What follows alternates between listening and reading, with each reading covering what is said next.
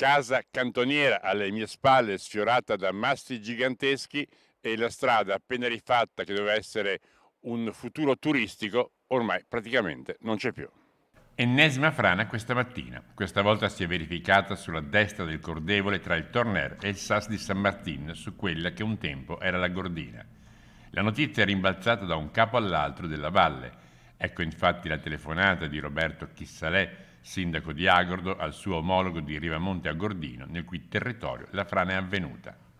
Ma adesso mi è stata una frana spaventosa perché l'ho vista dal Ponte del Cristo Sì, e dopo anche dall'osteria là, sì, dei di Stranelli Gianelli. mi fa. Allora io ho chiamato subito in ufficio, voi guardate che lei così così, dopo mi chiama il Mirko e Radio Più e mi fa, sono qua sul posto e mi dice, e guarda che sono io che fa riprese, lei ma continua a venire a scappare. Ecco, mi ti dirò, me lo diceva il nostro tecnico Luigi, che appunto chiamai i carabinieri di Belluno per dirne sto tanto, perché pensai che la strada fosse comunale, la strada è provinciale, gestita da Veneto Strade, no? La strada era stata recentemente riasfaltata per essere utilizzata in caso di lavori nella Galleria dei Castei e poi per il cicloturismo, ma era stata chiusa da Veneto Strade anche perché in ragione del dissesto conseguente a Vaia non erano state completate tutte le verifiche tecniche ispettive. Quella odierna ha travolto un pinnacolo che vediamo in una foto del gruppo CAI di Feltre.